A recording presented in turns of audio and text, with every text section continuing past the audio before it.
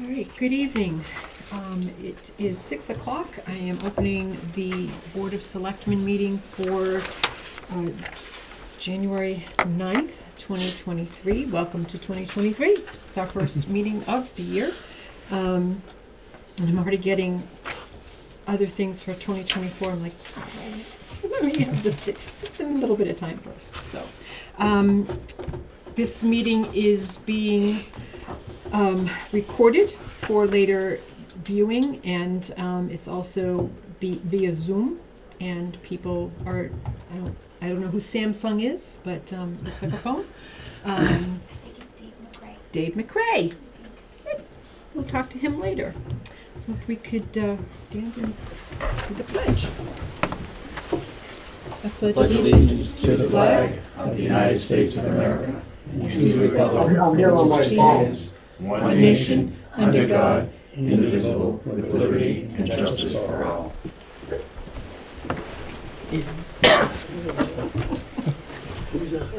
Motion to approve minutes, and lost my place.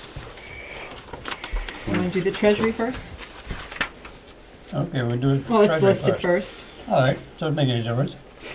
Approve treasury warrant 23-14 and payroll 23-PW14. Second. Any Through the chair, discussion? nothing, everything is ordinary, nothing out of the ordinary. Thank you. Any further questions or discussion? Roll call vote? Clock eye.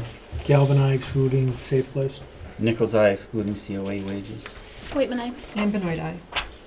Approval of minutes as written, December 27th, 2022. Second. Any discussion, questions? Roll call? Clock eye. Galvin eye. Nichols Eye. Waitman, aye. And Benoit aye. Thank you. And I'd like to open it for public comment if there is any. Sure. State your name and your address. Kevin Wormy, 60 Charnock Hill, Rutland. Everybody got their bill from the National Grid if you live in town. I was talking with a coworker, and they explained that the town of Leicester has gotten together and they buy energy from a different company. Mm-hmm. And they, as the town, maybe Rutland could consider doing that for the people in the town. I'm not sure. I printed this off so you can keep that. That'd be great, thank you. And it's just to, with prices of gas and food and home Everything. heating oil and everything going with it, and the grid didn't help anything. So right now the grid's charging 33 cents a kilowatt hour, and the town of Leicester is buying for 10 cents a kilowatt hour. Do you know when they contracted? I don't. I printed everything that Okay. the town of Leicester, the town of Westboro also did that.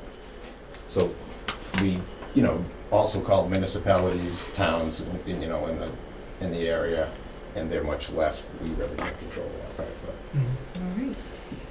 there are ways, other ways to buy energy through the grid. These are some of the other ones there.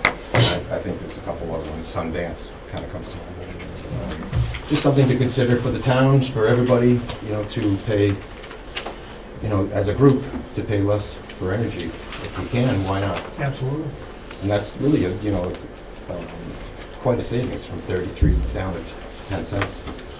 I would imagine it fluctuates back and forth, but still, that's quite a jump. So just something to consider. And thanks for your time. Thank you. Thanks for bringing that up. Yeah. Thank you, if I may, through the chair. That being said, and I thank the gentleman for his comments, because that was part of my update tonight, that we have just recently signed on again with a new contract for Constellation Energy. We had, a 4-year contract, which was just about 10 cents. It was .09.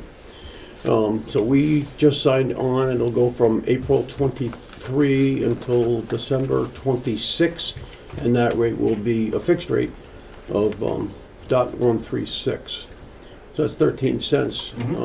And you're absolutely right, the grid is 33 cents. So just to let you know, that's what we have done for the town. We work together.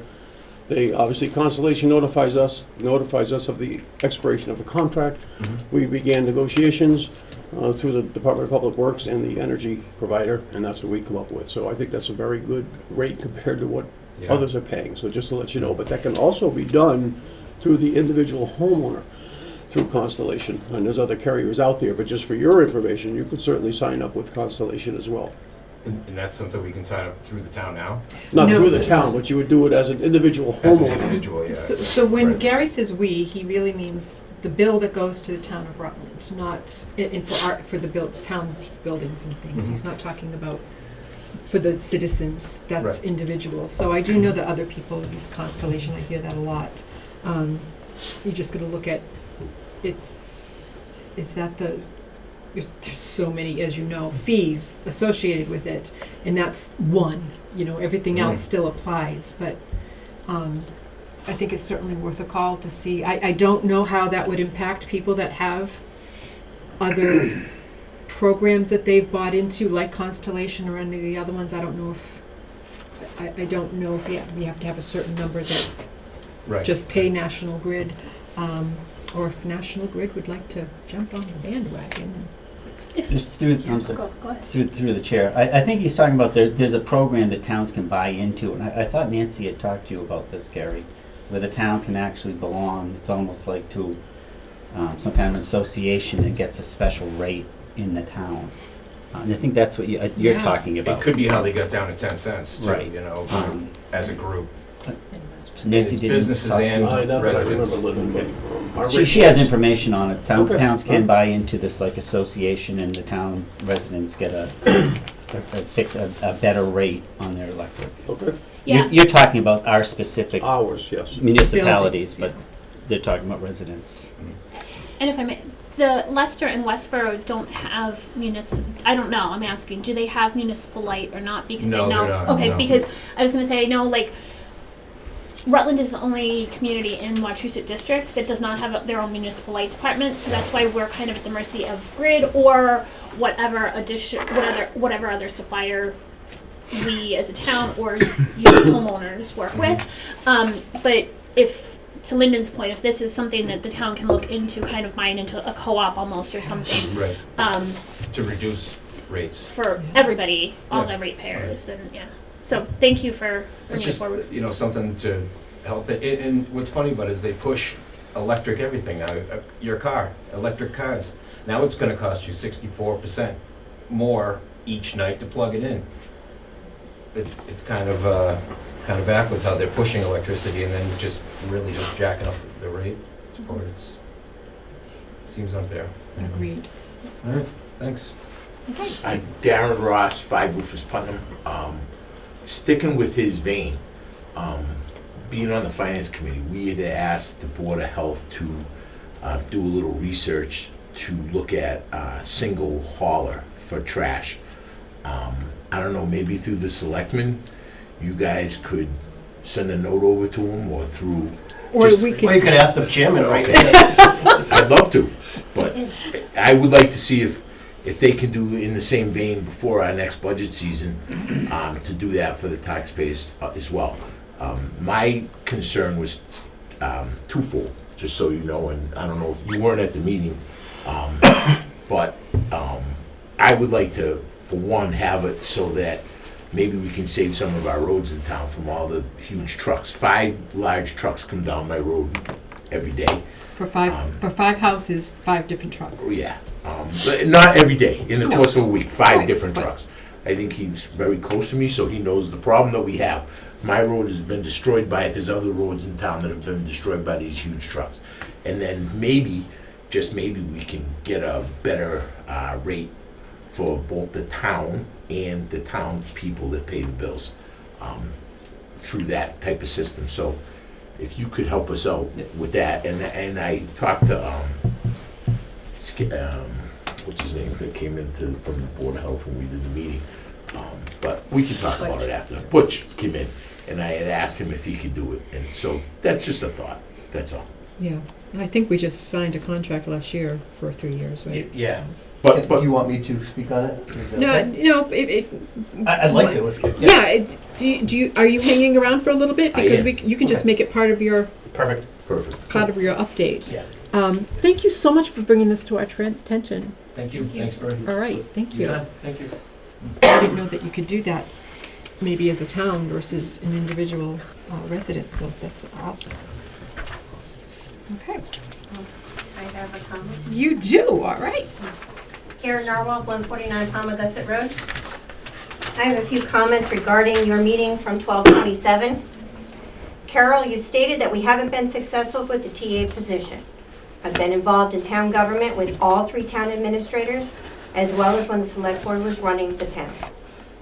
I can tell you that Margaret did a tremendous job at getting this town in ship shape with policies, procedures, and just in general, having government run smoothly. Michael came on board and continued this trajectory. We have had very good luck with our first 2 TAs. What has changed, you asked? The 3rd TA was not chosen through a firm skilled in finding and placing TAs. The first 2 TAs worked more than 40 hours a week and were involved in the community without having to be told to go to events. Our last TA was an anomaly, and he should not bring down the work of the previous 2 TAs. He was not available regularly over 40 hours and did not always attend meetings as he should have. The interim TAs were hired like substitute teachers. They were not hired to replace when a TA has left. They were administrative assistants or a traffic officer, for lack of a better term. The Board of Selectmen has 5 members, and most of those members have full-time jobs. The administrator was brought on to be the head of the daily runnings of the town because the Board of Selectmen cannot do it. They are to be there for department heads, citizens, and to be involved in boards and commissions as well as the day-to-day runnings. It is wrong to be putting out that we could be stuck with someone else. You haven't seen any candidates to be putting that out there. Rutland may be a stepping stone for the TA, as we are already a stepping stone for many positions within town, due to our pay scale. It is what it is, and at least we get good years out of these employees while we have them. The comment that stuff is being done with part-time staff may be true, but not to the level that the town deserves. We've got almost 10,000 people in this town, and many of our management staff are already overwhelmed dealing with budget cuts, shortfalls, and they are picking up the slack of not having a full-time employee in that position. For all the above reasons, I feel that the town needs a full-time town administrator, and the select board should empower the firm to find us candidates to fill this position. And then I sent an email on the 28th at 4:33 p.m. regarding the skating rink that we were gifted last year. I haven't heard. I read it, I forgot about it, and I was gonna bring it up tonight to ask if anybody here knows about the skating rink. That went to recreation. Yeah, last I knew, And they were supposed to take they knew that they had money to purchase a liner. I thought that was the tie-up. Through the chair. They've got the liner. They don't have anybody to put it up. That's really what it combined with Mother Nature. Last year was all volunteers putting it up. This year the DPW is overworked as it is. And with Mother Nature not behaving, it's just been a combination of not getting it done for those reasons. I believe the plan, from what I've heard, is as soon as we get a couple of, chill days, and if she can get some volunteers, it's going to go up. But maybe if we put it up in the warmer weather, that when it might be easier to get volunteers in the warmer weather. She's afraid it's going to get destroyed. You can't keep the kids off it. You can't keep the... But I thought last year too, and maybe I'm wrong, I'd have to go back to look at the video recordings. I believe that the 300th was buying several liners so they didn't have to buy a liner every year. That I don't know. I believe, from my understanding, the liner they had was destroyed, which isn't uncommon. Right. Those liners get destroyed. I know they purchased another one. I'm pretty sure they have it. I'm almost sure they have it. It's really just a matter of you're going to need, half a dozen or a dozen guys to get out there, spend a day putting it down, and then the hardest part is keeping people off it when it's not frozen, because that's when it gets damaged.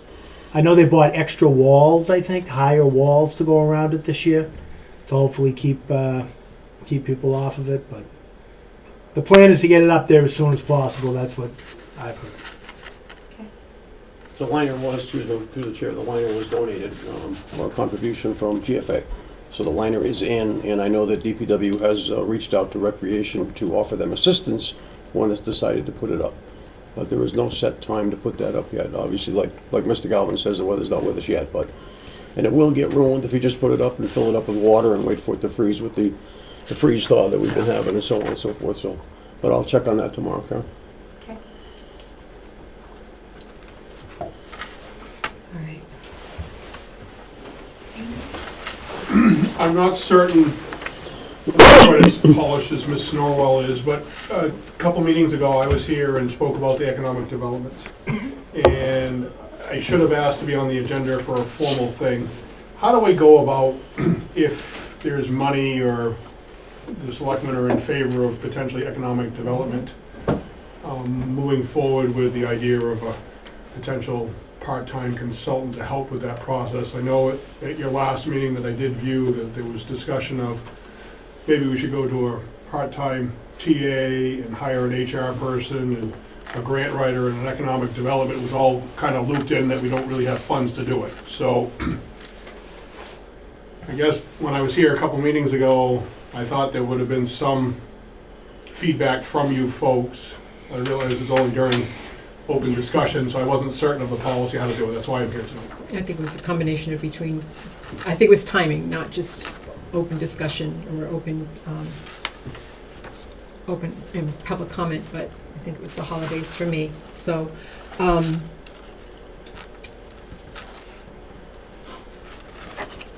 mean, I would imagine that if you could get together some kind of a job description and I wouldn't say a huge scope of work, but maybe Some ideas? some ideas about a scope of work, what you're looking for, what kind of, I mean, we can look up some text, templates kind of for what they are. I know that if you look them up on, is it MMA has a lot of, Clinton has one, and the woman You could- from the Central Mass Regional Planning was here, and she offered some help. We have a meeting on Wednesday night. That's one reason that I wanted to come tonight, to see which direction we really Yeah. wanted to physically go into. So I will come back to you if I could be put on the docket for 2 weeks from today, please. Is that formal enough, or do I need to set your order? Thank you. Got it. All right, so I will have something for you in 2 weeks. okay, If I may. yes. We talked at the master plan meeting the other night with Sam was on from CMRPC working on the economic development chapter, as well as Gabe, and there was a lot of discussion within the master plan steering committee as far as a grant writer essentially writes grants and funds themselves. Like, there's some seed money that's needed to get them on board, but it's a writer slash manager. The group talked about pretty much it pays for themselves over the course of a very short amount of time.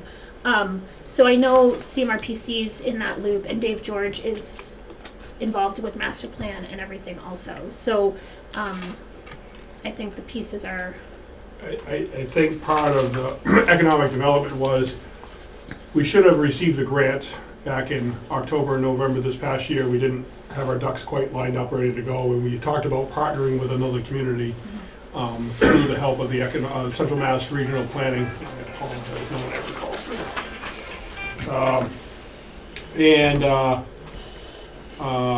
me. In turn, we had talked about doing that. It came up from Central Mass Regional Planning lady that was here that, hey, do it short term. Potentially that person can come in and we could get a grant to have them go the second year to go forward, and they can be part of the grant writing team and maybe loop them together.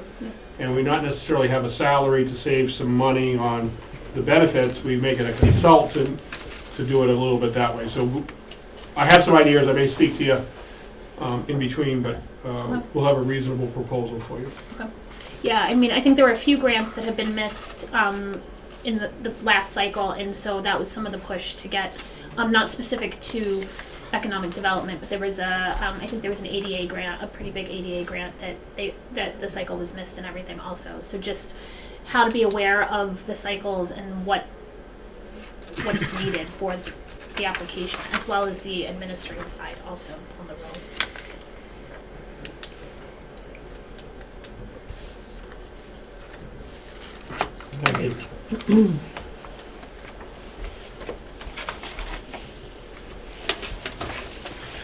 Any other public comment? Not tonight? Are you gonna open it up for public comment when you guys discuss the TA position and what you're gonna move forward with? Because I was concerned, as well as a few people in town, after watching the 27th meeting, and I just don't know if you're gonna open it up then for public comment, or could we talk about it? I don't wanna, I'd rather have some comments during your discussion of that. How's that? Is that acceptable? I think within reason we'll be fine with that. Okay, all right. So from department heads, we have Scott Gilroy in the room from Board of Public Health. So thank you for asking your question, because now you give me a little more time to speak. But so, as I was saying earlier, since COVID started, this is the quietest it's been for the Board of Health. Actually, I just went and looked, and currently we have 2 active flu cases and 6 active COVID cases on our list. But again, with the home test now, we don't always see it like we used to. We don't see the numbers because they don't have to go to a doctor to report or anything like that. So there's probably more, but it's definitely still slower than it has been. We've got all the new home test kits up at the Board of Health, and we put them at all different places throughout the town if anybody needs them. And if anybody wants them, please come to by the Board of Health or the Town Hall to grab them if they need them. This week, Rich and then Peg, who is the town nurse, are going to be speaking over here for the Smithsonian on a couple things, but they're also going to talk about the pandemic and the effect it had on Rutland. I believe that's Thursday they're speaking. Thursday at 1. Yeah, so if anybody wants to go see that. Now, let's want. Can I ask one question? Yeah. Is it beneficial? I'm just thinking somebody wakes up at 6 o'clock in the morning and they need to take a test. Is there a place that somebody could access one at that time of the morning? It sounds crazy, but before school, before they go to work. And if so, or even if not, every place we've put them have been town offices. Like we've given some to Rutland Pharmacy, but they have no idea where that would be. Yeah. Do you know if there's no 24-hour pharmacies even in Holden, right? The only place it might be is at the fire station, the dispatch center. I was going to I'm say. wondering, yeah. And they probably have some there. I'll check with Seth Yeah. and make sure that they do. And then maybe these are on your pages on the website, these are the places that they are. Yeah. And we could, if you find that there's some place that if they can get one up to dispatch or the fire station, maybe There we could put it on the probably front is, but I'll page. just double check to make sure. Yeah. Yeah. Sorry. Through the chair, if I may ask a question, do these tests detect Omicron and the later variants? Yes, these are the newest tests that Newest just came ones. out. Yeah. Thank you. Yep, they're brand new. Okay. Thank you. Okay, on the trash, so we as the board have tried to do this probably since I've been on the board for 25 years. We've probably done it like 10 to 12 times. Oh, I know you've been a bunch of times. So the 2 biggest walls we have to get over is one, unlike Holden, who has a light department, or we have no way to bill the townspeople monthly. It would only be quarterly. And then it gets kind of wanky, and it'd have to go with the tax bills and things like that. So it's just, it would have to be like one person we'd have to hire to do that. And again, not this board, but boards before, we've brought it to them and said, hey, we would need a person probably full-time because they're taking care of, people calling, oh, I want to, get on board, whatever. And other past boards have said no. Again, not this board, but past boards have said no. It wasn't fiscally, what it would have cost would have probably raised the better price we got to pretty close to what normal price is, so we kind of backed off on that. And the second is with waste management. So we as a town have a contract. Is it, the new one you signed, is it 20 years as well? I thought it was 3 years. Is it 3? Public. It originally was 20, and then I know we've Okay. shortened it. So, and we have a contract with Waste Management, and we have to deliver X amount of tonnage, or we can be fined. This last time after you guys came to us, we went and put a call out to all of our current trash haulers and said, hey, because a lot of them have their own facility where they get rid of their trash. It's obviously financially beneficial that they take it there. So we've asked them and said, you know, if we were to have, you know, put out an option to be a single hauler, could you abide by bringing all the waste to Waste Management? And they all kind of said it'd be tough. So a lot of them, you know, they have X amount of tonnage they know they're gonna bring, and then the rest, they go to their own facility. And again, I don't know that end of the Waste Management piece, but they must make money by, you know, selling that off, or, you know, and a lot of them, they kind of push back on us. So that means we would have to take, of the 5 that we currently have licenses, we'd have to go outside of there, or really put the, you know, the screws to them and say, well, then you're gonna lose it. So we haven't gotten there yet, but we've tried a bunch of times. And actually, one of the biggest complaints where we were trying to do it is because, well, when you have one hauler, if there's a complaint, you have one place to go to, and then you can say, well, then you could lose our business type deal. And I don't know if you guys heard, but like 3 or 4 towns all within the area over this winter all had issues with their single haulers because of, you know, not having anybody to pick up. And I want to say Spencer, but it had it really bad where I guess like 60% of the town didn't get picked up for 3 weeks. And they had a single hauler, and then there were no options after that because they've got a single hauler contract, and now they can't go to, if they're using Republic, they couldn't go to, you know, Casella or whoever else. There's no options for the townspeople to go anywhere else. And it really, you know, the folks complained that, you know, that was an issue. I mean, so maybe in this climate of employment, maybe we wait for the, where, you know, it isn't so hard to have, you know, a person employed all the time, and then maybe we'll go back at it. Through the chair. So the finance committee thought of it as a dual-fold thing, and you know, the roads number 1, and then maybe we can save the taxpayers some money. But I think the primary focus was just the heavy use on the road. So what we're trying to do is, as long as Scott's thinking of it, and I knew they would, I'm happy with Butch and Scott, and they do a great job. They brought us through COVID and everything, and they helped us, the town out. All we got to just consider that long term, we have to do something because our roads get completely destroyed every year. Parts of roads, every part of this town, from the monstrous trucks that come down our roads.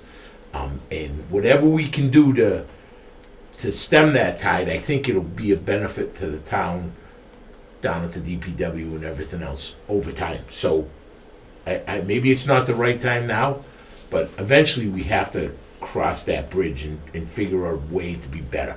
And I don't think we're there quite yet, but I don't know if there's a way to get there yet. Yeah.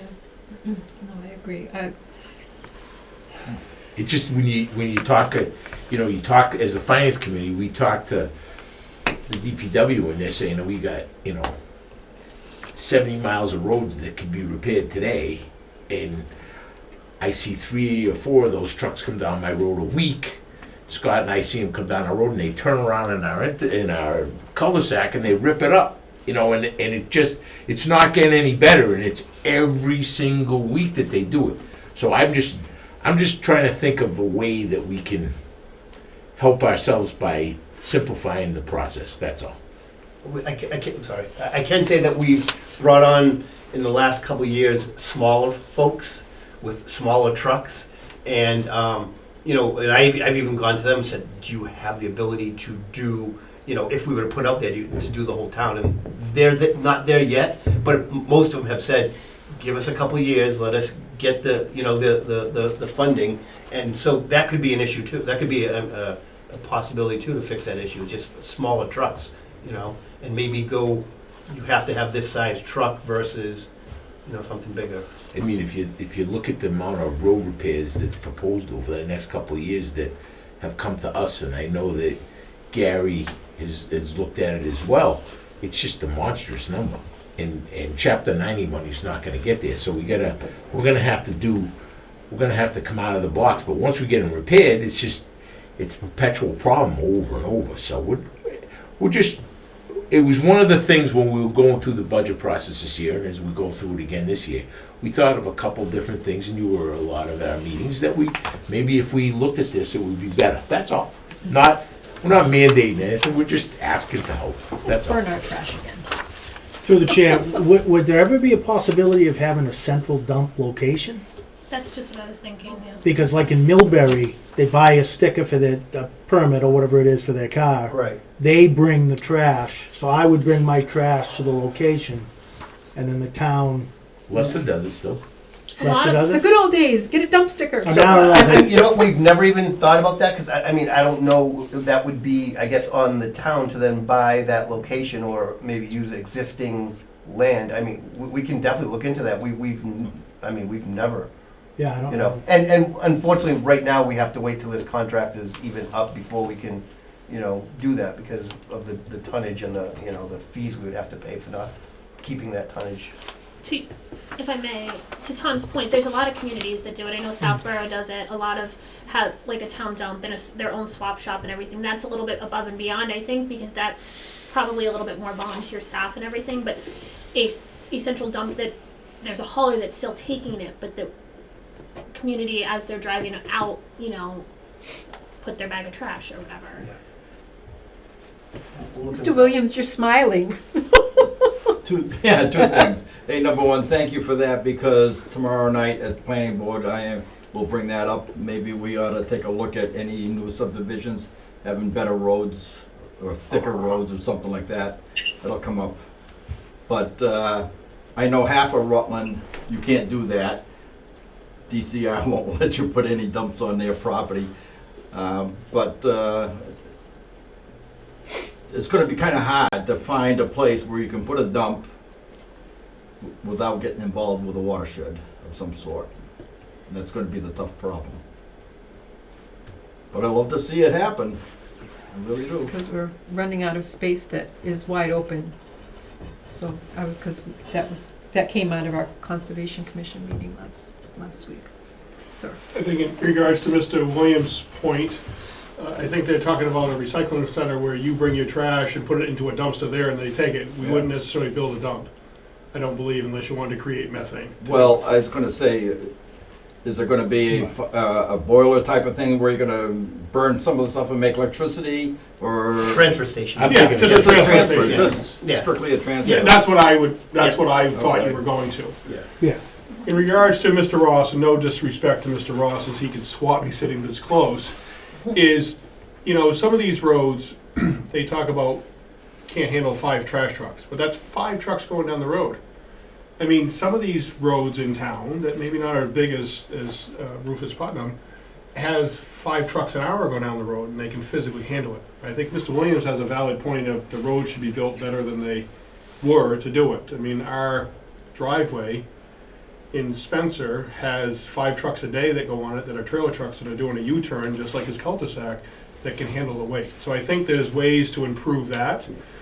I am a large opponent against a single waste hauler. As a friend of mine works at Waste Management, and he just told me actually this morning that their community are having a tough time, that 2 communities are gonna say, hey, either pick up all the trash in a week or we don't want you. And they're a single hauler for these communities and they can't get enough staff to physically do it. I think the other concern is all of a sudden Waste Management or whoever you bring in here goes up 64%, as this couple was talking about power before. What do? You can't go anywhere else, or you burn it in your backyard. At least now, if I'm not happy with Waste Management, I can say see you later and go to Casella or Republic. So I think you have some options there. You know, I hate to say it, but it's similar to the school buses, right? All right, Rufus Putnam isn't the ideal road, and I'm sure Mr. Ross doesn't want to do this, but walk your trash down to Palmagussit and have your 5 totes sitting out there at the end of the road so they don't have to physically come down and do it. It's not fair to them, but yet that's a possibility could physically do it. Just a suggestion of a farmer's opinion. And actually, Randy just reminded me, when we were looking last year, we went to 4 or 5 local towns who have a one hauler, and a lot of them did say they're not happy. Money-wise for the town, you know, the folks in the town, they were happy, but the service was really getting bad on them, and they were, you know, fighting that, but trust me, we'll look back into it again. Great ideas. See what we do together. I like the transfer station. All right. Anything else for Scott, or do you have some more? No, I'm like I said, I'm very bored right now. So. We'll see, we livened you right up. Board of Health being bored is a good thing for the town of Rutland. That's true. But now you have some things to think There you about go. and Yeah, work on. exactly. Perfect. All right. Next, we have Dave McRae, and he is on Zoom. Dave? Yes, can you hear me? Hi, Dave. I'm Yes. on my phone. Right, I'm on my phone. As far as updates on the building department, permits are up all around pretty much, remodeling, repairs. Permits are up pretty much coinciding with the lumber drop lately. New homes still going strong. The non-exempt homes, we opted about 30 for this fiscal year, this last year from January to January. The non-exempt, or the exempt houses, we got at 19, so we have a total of 49 this year. The Rutland Heights project, we had talked about that before. I still have not seen anything come across the desk. There was discussion, they were supposed to get some stamped plans on the different structures that they were gonna put up, but still again, that's twice, never seen anything yet. Other things with the department, we've had just a few complaints, some chickens again, and a number of unpermitted apartments that have come to light, some through complaints, some through a contractor getting a permit to do some working on.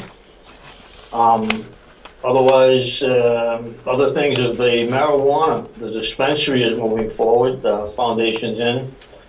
As far as the growing facility, it's unknown on what they're actually, any progress is being done in the building. I see nothing happening in the building so far with that portion of it. That's about what I could update, unless there's any requests or comments. Dave, just for my clarification, thank you for that. This is Carol. When you're saying the foundation, that's the one across from Honey Farms, right? Yeah, that's in Martelli's yard. They prematurely started. I talked with a detective from Boston, but they did submit plans for the main facility, and they did get approval just as about last week for putting in the facilities. Thank you. So we should see it moving forward quickly from now on. All right.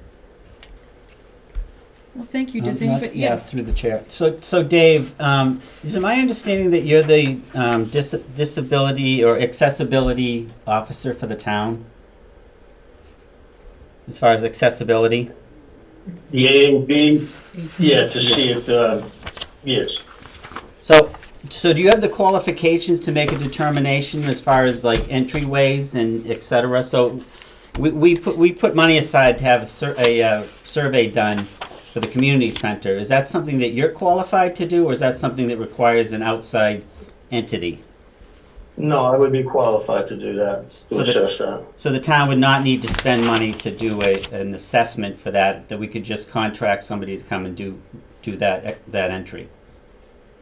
Yes, it's just to see what you're, actually, what you're doing and what's actually required by the AAB. The ADA is not part of what the Massachusetts recognize. They have their own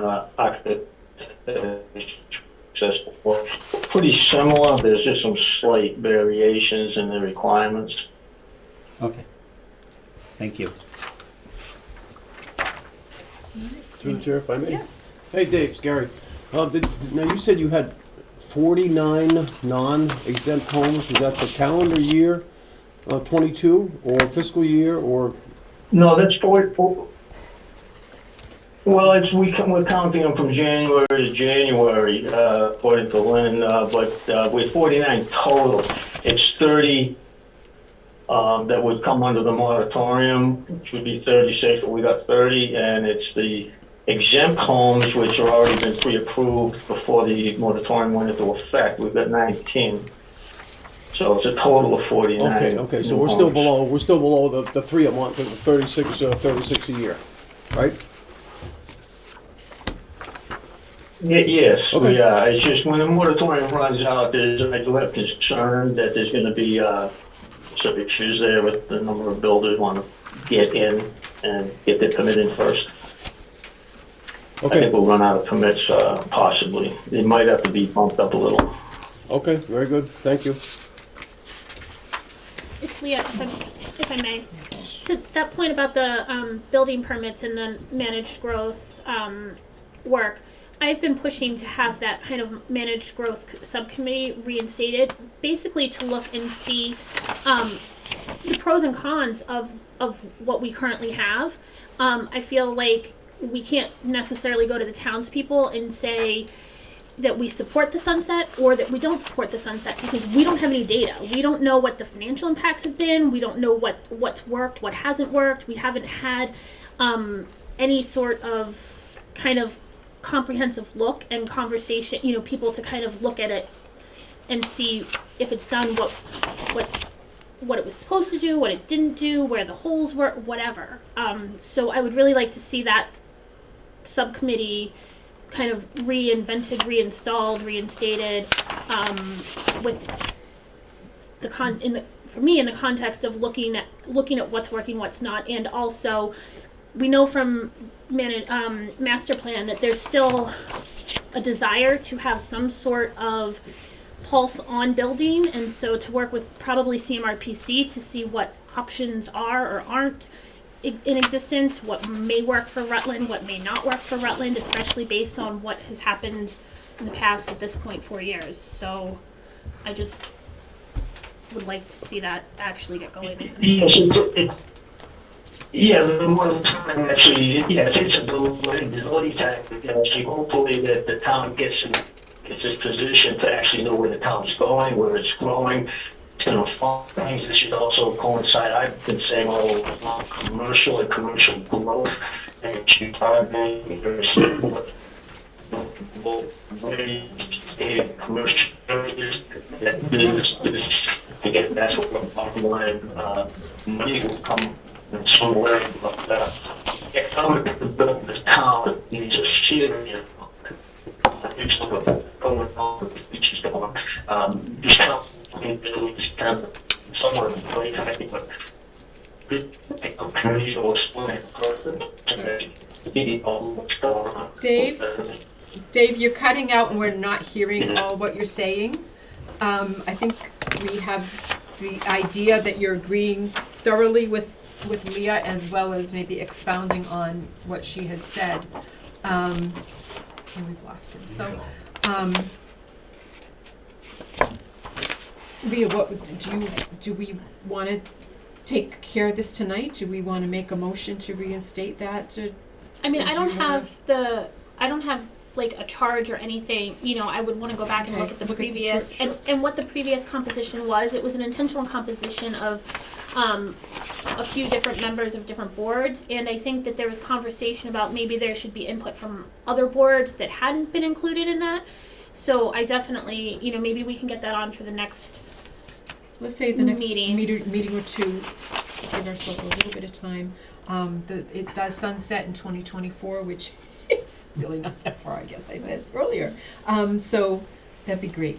And I think that ties in to Dave's point with economic development. I think kind of looking at zoning issues, and with master plan coming to a completion also, there's big chunks in there also that I think there's a good roadmap to at least look at data. And to tie a lot of the Right. different pieces all together now, that'd be great. All right, we'll look forward to that. All right, so Dave is done. All right, town administrator updates. Okay, just a couple of things I have. As everyone knows, that I have met with Senator Goby and Representative Ferguson regarding school security systems. And tomorrow I'll be meeting with the town administrators, managers of the other member towns for the district, along with public safety officials, including the 2 regional dispatch directors and obviously Mr. Riley to discuss the possibilities of maybe upcoming grants for these security measures. And worst case, if there's nothing available when the legislature does come into play, at least I felt, and I've met privately with Mr. Riley regarding this, at least I feel that there's strength in numbers. So if we all get on the same bandwagon and look for the same product, so that each one's mirrored and everybody can monitor everybody, if you will. I think that's a good way to approach it. So I'll be meeting with them tomorrow.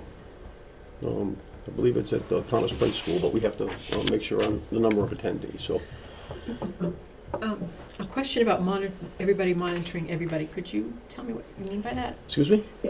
I think you just said everybody can monitor everybody. Well, you got the 2 dispatch centers, you got the public safety officials, so if something happens in a neighboring town of the district, it'd be nice to, all hands called on deck, if you will, that we can instantly beep into that or tune into that, if you will, so we can respond. Yeah, I just remembered some conversations from, I think it was Mike Moriarty, who said that we want to make sure that it went into our dispatch center for the Rutland schools, and that it wouldn't be a centralized dispatch specifically for the schools. So I just wanted to make sure that I was still understanding. Okay, does that answer you? Yes. Okay. Thank you. Through the chair, it probably all depends too. I mean, Mike's the expert, but all depending on what level of emergency we're talking about. True. I mean, so something that would probably go everywhere, hopefully. Mm-hmm. Okay, thank you. Yeah, and if I Yes. may, I think there had been at one point conversation about, especially at Wachusett, the high school, because it's obviously in Holden, but because it's such a large school and there's such a large population there, how that may look, like I said, especially for the high school. Mhm. I don't know if that's kind of to your point, Tom, but I know in the past there had been conversation about Yeah. about that. Okay. Okay. Also, on the 11th, which is Wednesday, I'll be meeting with those involved in the food truck festival, including Mr. Gallant, Mr. George, stakeholders, recreation, if you will, DPW. It appeared to be very successful last year, and I know I brought this up to the board before that I would like the town to be able to reap some of that benefit. There's maintenance costs that have to be taken care of, the fields, and we also have to make sure there's no scheduling conflicts with that being recreation or youth soccer or Little League or anything like that. So that will be taking place on Wednesday. If I may, to that point, I don't know if we should wait or not, but I know in the past few years, the Rutland Fire Brigade has used that as a fundraising opportunity for their beer and their beer tent, and so I don't know if it's valuable to ask if they want to be included in that meeting also, or if you're... They are, right? They are. Have you been notified? He's been notified, so Okay. Randy will be there. Okay. We're just gonna tell him it's gonna be at a different time and different place. Okay. Send him like far Your away. house on. Yes, he's both, I'm sorry, I didn't mention his name, but No. they have been included. Okay, thank you. Okay? Did you have it? So to my point to that, I did get an invitation today to it's at some time that I'll appear. So the fire brigade did speak to the food truck festival about possibly being in charge or the liaison with the town where there was some challenges last year, but we can talk about this at that meeting. Okay, great, sure, okay, good. Thank So you. that was communicated and Lear was there. When Okay. we were speaking about it, our chairman on the fire brigade side of things just thought the communication between the food truck festival and the town was challenging last year, and they thought that the fire brigade, having some experience, may be able to be that channel with them a little bit better. But we can Okay. talk more about it on So Wednesday. you probably wanna know exactly where the meeting is at what time instead of some fictitious place, right? I wasn't invited initially, I was just told when it was reposted, so I don't know if that was intentional or not. No, we don't. Why did you initially, it was originally on Thursday, and then today we had to change it to Wednesday. So it may have just been because it resent out, I promise I included you. I promise. You gotta say pal. Yeah. Okay. Also on January 19th, further discussion we have with Lauren Goldberg, Town Council at town meeting. we will be meeting with KP Law to discuss the recent changes regarding the marijuana licenses, so that we're certainly educated before we put it out there, so, for the RFP for cultivation. Lastly, as Karen is here and Mr. Ross is here, yes, I've received all the budgets and I've just about completed putting them on the spreadsheet / ledger. It's been taking a lot of math, a lot of work to try to make it match and line up and be acceptable. So once I complete that, I'll certainly forward that off to all interested parties. So it's been challenging for me. A lot of numbers, a lot of things that we have to look at, going past, back 2 or 3 or 4 years even. So almost done. It'll be on its way, and then we can, Karen, you and I have had pretty productive meetings, so we can line up some meetings with the department heads. Or you can just tell me ahead of time that all is good, and we'll just wait. Oh, you balanced it? Well, I didn't say that, but. Okay, well, if you've balanced it, it's not a problem. You just let me know when you've balanced it and we'll be all set. Okay, don't raise your voice. That's a couple. And that's all I have. Thank you. Good luck with that. Yes. Gary, for the budget, can you just CC, I would like to see it, I think. Oh, I more- said, yeah, I okay. just said that. I'll send it out to all of you. Okay, Yeah, okay. yeah. I thought it was All like. interested parties, he said. So Everybody you're interested, you're on the except list. Skip, because Skip doesn't have a computer, he says, so, but he can come down and, yes, So certainly, when I'll you send it out get to home everybody. from work and you can't fall asleep, you can just. Oh. As if my eyes don't go cross-eyed enough looking at all the, but. And At thank you least- to Tamika, she put a lot of this in separate sheets and forwarded them to me and made the request as I was putting all this together, so I do thank you for working together with me for that, so that's very helpful. Now that's all I have. That's all. All right. Old business. We have license renewal, sorry. We have a packet of licenses they've been approved, right? And we just need to sign them. Correct. We need a So, motion to sign. It's kind of, You need a motion for that? We need a motion to sign. sign them, okay. To sign. Yep, and then that's I it. make a motion that we sign licenses, all licenses, what are they, As in our packet. as in packet. Any questions, any discussions? Just everything, all the fees, taxes are current. Yeah, that all took care of last time, we already approved it. Oh, these We are approved them, Approved, yeah. This is the We sign. just- The December 12th meeting. Oh, we But never. because you didn't have the regular meeting at the end of December, this was the first opportunity to sign them. Sorry. Yeah, so everything it's else just is done. Authorization to sign. Clock eye. Galvin, aye. Nichols eye. Wait, when I. And Benoit Eye. Thank you. They're making their way. Still under old business, update on the town administrator search process. Before we get side rail, do you wanna I'd like have to a hear what comment? you have to say first, Madam Chairman. Madam before Chair- we I think that, I'll make a statement. Darren Ross, taxpayer, and also Darren Ross, member of the Finance Committee. I think that you guys have already ventured down this trail.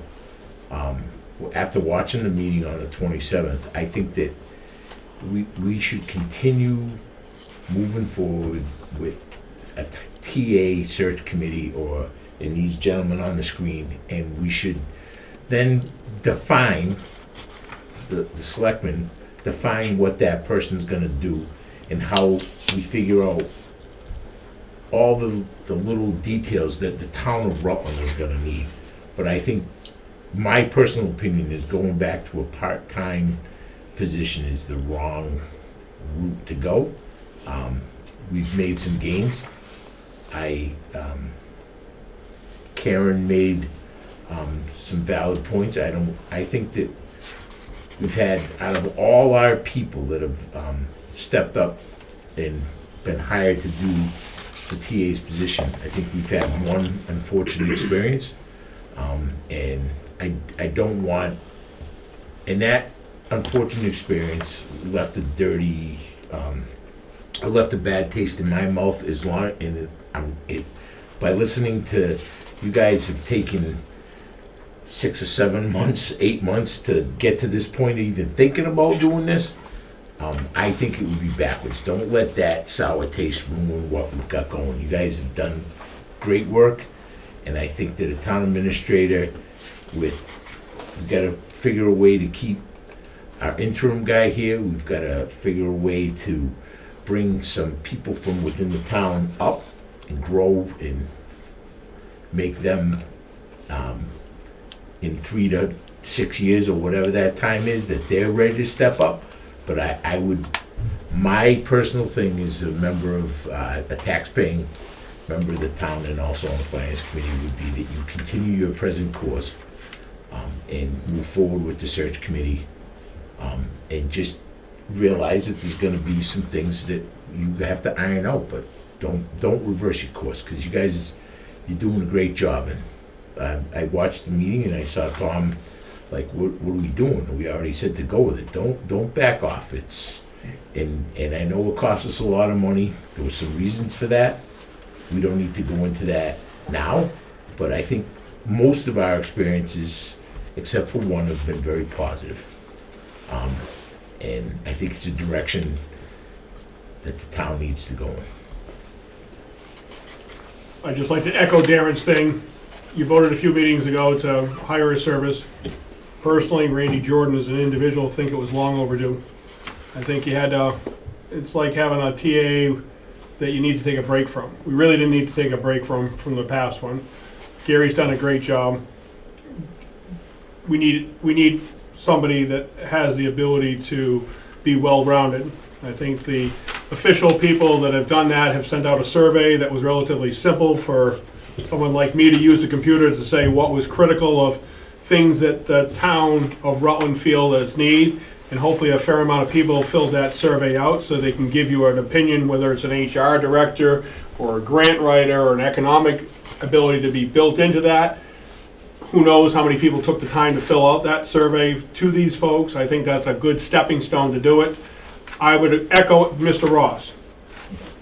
Push forward, find the right person, maybe consider paying more money than we are to get that right person that I know some people in this row would kill me for saying that, but I think I had speaking to a past TA for the town of Rutland says, you know, we're in a great position, we got a great town, we've learned an awful lot in a short number of years, and we've had some turnover doing it, but yet we're just in that particular window that it's difficult to get a great person because they're not going to stay very long because it's a stepping stone thing. I think there's room to improve there, or other incentives to get there, or incentives there to potentially keep them of, hey, we'll give you, if you stick around 5 years, we'll give you a little bit more money, or something part of contract. That's not my area of expertise, but I think continue with what you're doing a great job. And one last thing. There was nobody in this room that experienced, just as we experienced the same amount of pain with the last town administrator on the finance committee that you guys did. 2 cycles we did. So I feel your pain, and I feel that bad taste that you got. It's just, let's go for it. We gotta. That's all.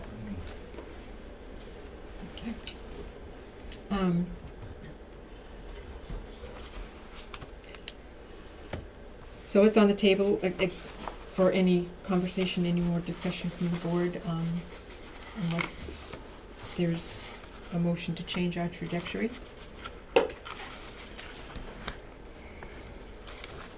Of proceeding forward.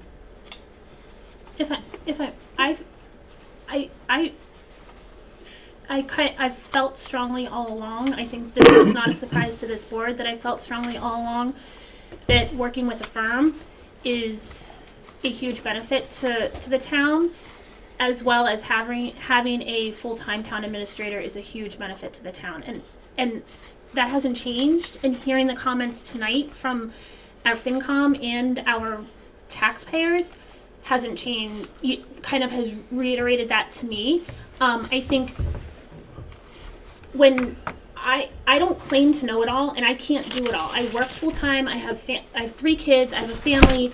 I'm trying very hard to do this for the benefit of the whole town as a whole, and I need guidance of best practices, of opportunities, of bringing all 5 of us together, and not 3, and not whatever. So I think that for me personally, having that full-time person who's able to give the commitment of, most likely, in truth, to Karen's point, more than 40 hours a week over the course of everything, effort is huge to me. And also that we as a board can make the commitment that we're going to empower them to do their job and work with them to see what they need. I don't know that we have enough HR work to warrant even a part-time HR position over the course of forever. You know, yes, there may be some beneficial to having consultant-based or something, but I don't know. We're not a huge employer to have enough work to justify that. To the grant writer point, I think that there's potentials to have them work to get their salary essentially paid for, and it's a little bit of investment, and the return can be great. So I am still of the kind of full-time town administrator, empower the firm to do their work, empower whomever they bring before us to do their work, because that's what they do, the firm as well as the people that they're bringing forward, is my personal. So, just to maybe tie things up, I looked back at was it 2007? Because I asked you if you could pull the meetings from the town meeting for that. So in 2007, the town said, go ahead and it authorized the board. Did we find out? Okay. The town authorized the select board to hire a town administrator. Not full-time, not part-time, that was the extent of it. That was just hire a town administrator. We authorized you. They didn't demand that we did, they authorized. And the vote was separated by nine votes. So the yays and the nays were only 9 different. So even then, it was, should we really be doing this? So to history repeating itself, this has reminded me of talking about a dump again. My gosh, and you know, we try things out for a while, think, well, maybe they did it right back then. And so I've questioned, I've been, and this is me speaking now, I have been in a very comfortable position working with the current TA. Extremely transparent, and to your point, Darren, I can't and will not say anything from this place about previous people. But everything turned 180 working with this current team.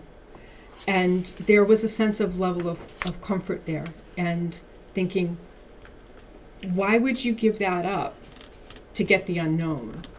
And the unknown, it's a 50-50, it's a crapshoot. So that's where I have come from. And I think that I said to Gary today, whatever happens here tonight, we're gonna roll with it, and it's just gonna be done.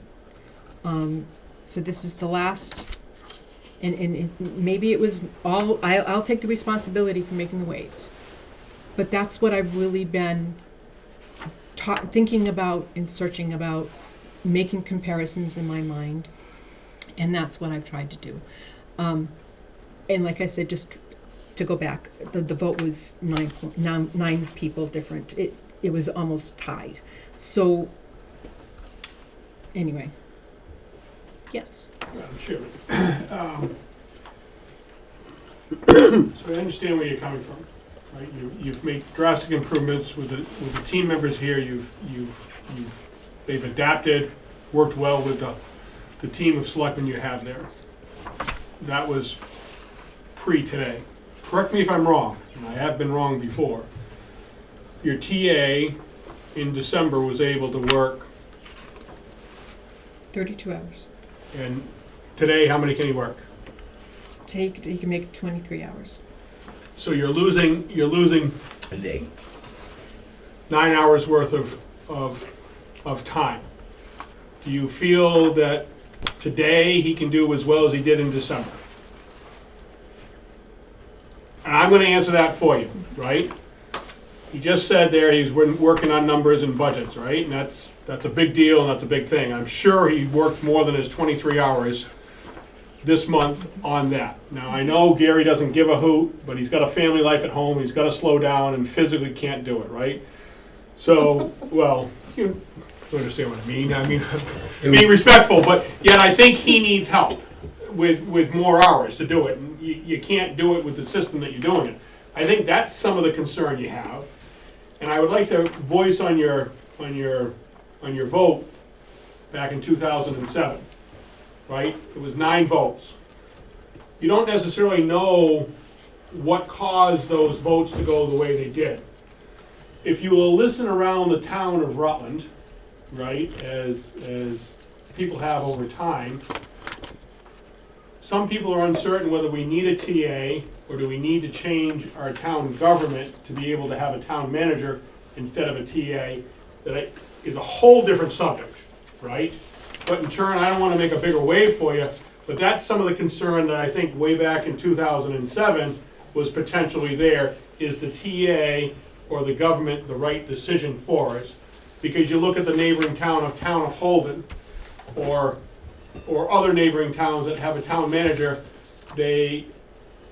and the town has grown drastically from 2007 to now. We have a lot more people that are on our staff or townspeople that we have to manage and help along. So I think some of your correlation is fair, but yet there may be other avenues of it that should be considered. And I'm not to say that I'm right or wrong. I'm just not surprised that people still have questions about such a big deal. I get it's a big deal, so we have a lot of questions. Through the chair, I mean, I've been pretty outspoken, in favor of a full-time town administrator. I know there was a question we spoke about, money, giving the new town administrator an attractive salary to hopefully keep them here for 3 to 5 years. I will say it makes me happy to hear the finance committee on board with doing the best we can in that regards. Whatever that number winds up being, I don't know. But I've also spoke to the board and right now the select board is a numbers game. And right now I feel like we have to work together as a board to try and do best for the town. And I don't know if the way we vote tonight is going to be that way, but I just butting heads and arguing and fighting isn't getting anything done.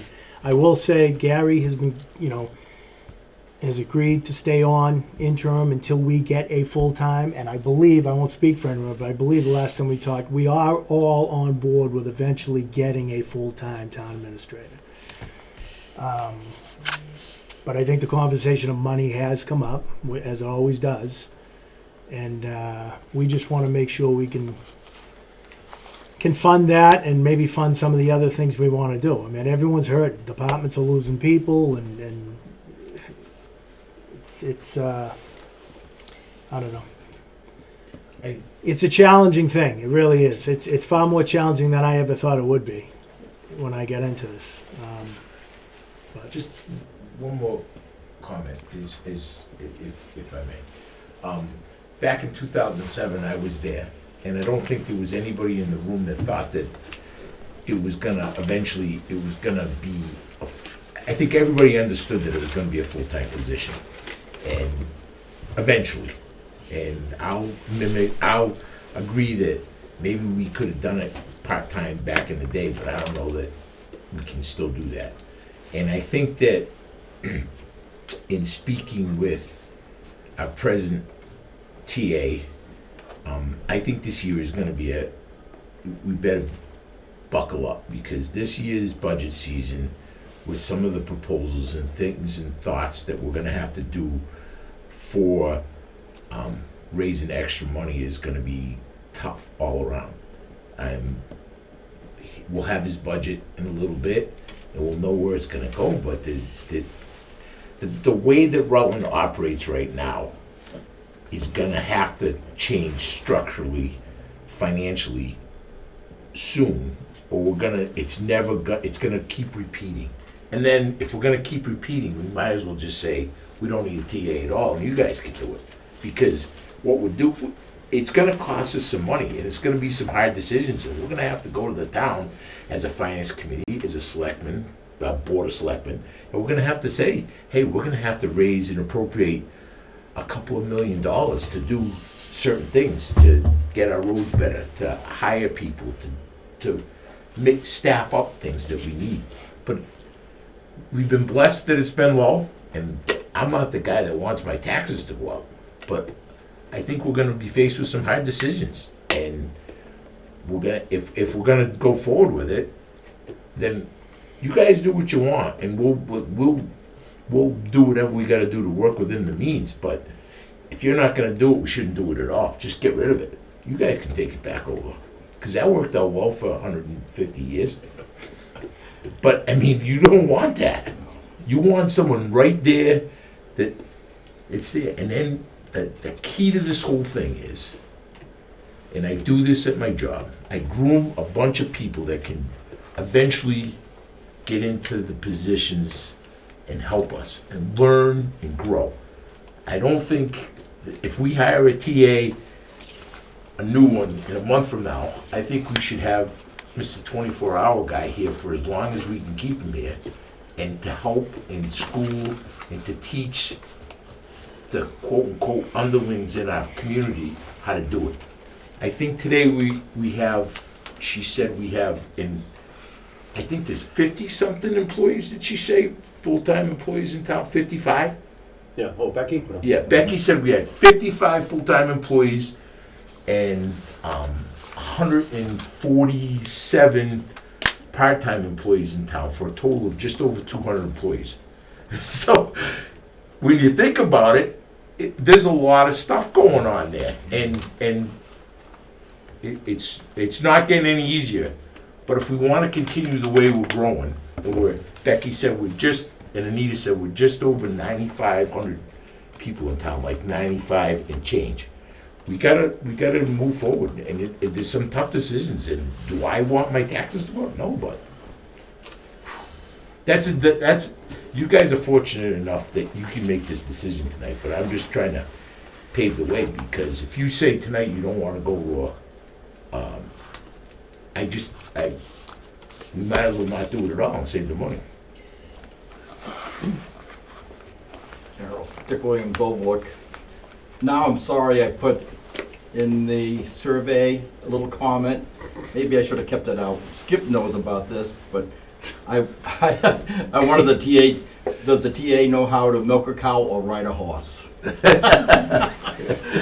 Because yes, he does. Because the way I look at it, farmers always had too many things on their plate doing it at once, and that's the reason why I always say that. But well, it did come up in conversations. We're asking for cuts and cuts and cuts and cuts and cuts, and where can we cut, where we can cut, and for the board to come forward and say, yeah, we want $160,000 to pay for a TA. It's like, do we need that this year? Is it okay to have what we have for the next year?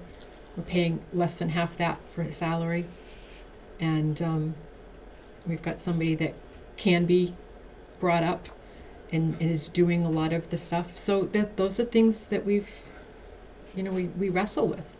Well, The board's not giving concessions. If I may, Yep. I don't know where the 160 came from. I think my conversation was kind of what we have budgeted currently in the kind of 130 ballpark could most likely get us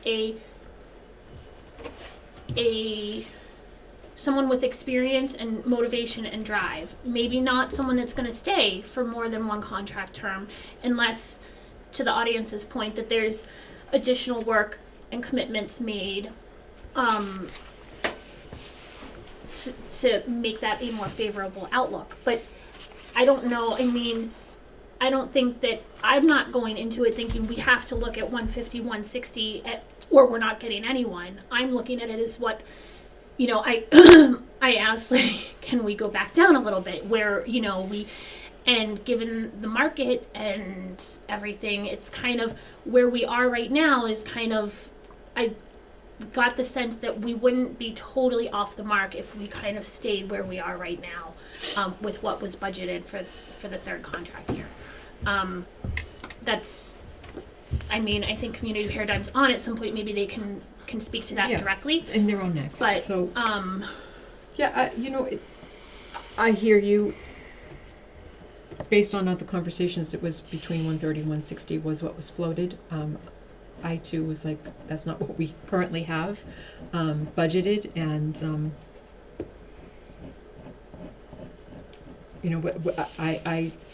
I'm concerned that when we get put with candidates and they're gonna say 150 or we don't get anybody, and if that's what we get, then where are we at that? Maybe we just cross that bridge when we get there. I don't know. These are the things that I wrestle with. I honestly lose a little bit of sleep about it too. So, anyway, if there's any motion, I don't think we need a motion if we're just. I mean, we've already said that we agreed to hire a firm. So, and we're on the way. I'm losing my necklace. And unless there's any motion that anybody wants to make to backtrack what we're doing, then we're just moving forward. Well, I'd just like to make a comment through the chair. I mean, we've got like everybody asking for new positions, economic development, conservation wants some. There's been five positions presented to us that they want to add. We want to increase the town administrator salary. I don't know about the conversation you had, but I did not get the impression, I guess we'll find out when we talk to them, that we could get all the things that you said that we could for the amount of money we're currently paying. The other thing, as far as going to do any kind of an override or tax increase, you heard these people tonight. I don't know about your electric bill, but mine was like almost 5 times what it typically is, and I imagine everybody else's is. It's going to be a difficult year with what's going on in the economy to get people. They have to go to the ballot and vote to spend more money. So we can certainly present it. We can let them know and tell them that, that we need it, but you just need to realize that the average person probably can't afford an increase in their taxes at this time. And at the point we hire somebody, I think just to a little bit further, maybe you want to go at the point we hire somebody, we will not have had that vote yet. So it's not something we would be able to backtrack from.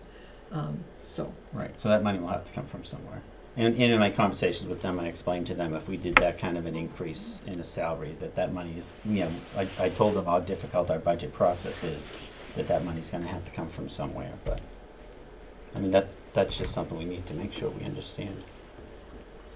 And it's, like I said, every time we talk to somebody comes up with a new position they want to hire. I don't know where we're going to get the money to hire these people. And for me, this isn't, I don't want this to turn into an override conversation because that's not the point. And at the same time, I feel like every year there's a reason or an excuse to not put together, and it feels that it's very put forth an override, and it seems that it's very kind of last minute through the budgeting process that, oh, we need a Band-Aid, we're going to go and ask for this, rather than the foresight, as we've talked about, a long-term planning and the accountability piece. You want improved roads, you want improved public safety. This is what it costs in today's market, and that accountability piece, that this is what we're spending, this is what it legitimately costs. We know insurance rates are going up across the board, so a lot of it is things that we can't control, and it's a matter. So I think that to FinCom's point, or to Darren's point, there needs to be real conversation about this. Whether it's a good time, it's never going to be a good time. And not that part. So I think we need to. And my hope would be having a full-time town administrator on could also help with that accountability piece and bring forth some outside of the box thinking. Gary and Tamika have been doing a great job with that, and also there's other opportunities that, just because limited hours and everything, that things we find out too late or whatever. So that's kind of my speak to that? Because I know Gary was going to start he did start the budget season earlier, and the thought process was to get it to us earlier. And no disrespect, sir, I know you're doing everything you can. The fact is, we're not going to get it until right about when we usually get it. And so that puts us back to now, we're kind of behind the 8 ball again. And we have to start thinking ahead of time. And it can't always be, oh, well, we'll wait until after special town meeting. Oh, we'll wait until after the holidays. Oh, well, we'll wait until after this, because it never is going to be convenient. We're going to have to make it a push. And that takes somebody who's there full-time. Gary's doing a great job, Tamika's doing a great job. But we need somebody who's there full-time to push and get stuff done. He deserves to have his vacation and spend time and enjoy what he's worked so hard to get.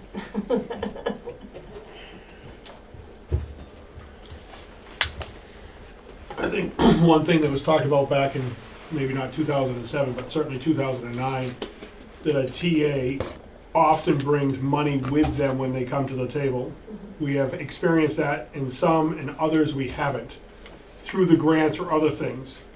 One of the younger TAs that we had that has moved on, if you pay attention to his website of how much money he's brought into his new community, it would blow your socks off, and we wouldn't be talking about budget problems at all. So I think you gotta keep that in mind. I think the other thing that needs to be said here, that, and I apologize for saying it, is you talk about the team that you have. I have no idea, and I realize it's public information, but Gary's a consultant, right? $65 an hour. And then we have Tamika that does, in my opinion, above and beyond what she is hired to do. And the young lady is probably paid a fraction of what she's worth. And we can continue to praise her and tell her she does a good job, and Louis Canacchioli gets up on his plateau and wants to hire her and every other thing that embarrassed her. I know of that, right? But as a whole, this girl could easily be gobbled up by another community and say, hey, you want to come work for us? And we can pay you, maybe not twice, but we'll pay you a lot more to do it. She's got a lot of incentive. She lives relatively close here. She loves the community she lives in. She likes the people she's working for, but at the end of the day, she needs more dollars for her household. So don't think you're going to keep these two people forever for what you're paying them for. In turn, if we hired a different TA that could take some pressure off of her and let her go back to her, I won't say casual life, but things that a secretary would be able to do, she may have less stress and headaches to do it. I just think that needs to be said, that something to consider. Both of them do a great job. Both of them are probably underpaid, and you should be considerate of that before you go forward and say, hey guys, we need a new TA to take some pressure off or do other things. I appreciate that. I've had the conversation with both of them, and I think that I'm gonna, please don't take this wrong way, but you've not had those conversations with them, and I've had the exact opposite conversations with them. We have Tamika wants to grow in her position. She's doing fairly well, except she got a haircut, and I don't know what that was all about, but anyway, I have had different conversations with them. So, we're speaking for Gary, we're speaking for Tamika, and I don't think that everybody has, if you sit down and ask them the questions, I think you might find that it's different. So, point well taken. Thank you. So, I think we need to finish this up. Like I said, if we're going to continue going forward, then we need to do nothing. We've had that conversation. We're going to put it behind us. If we want to put a pause on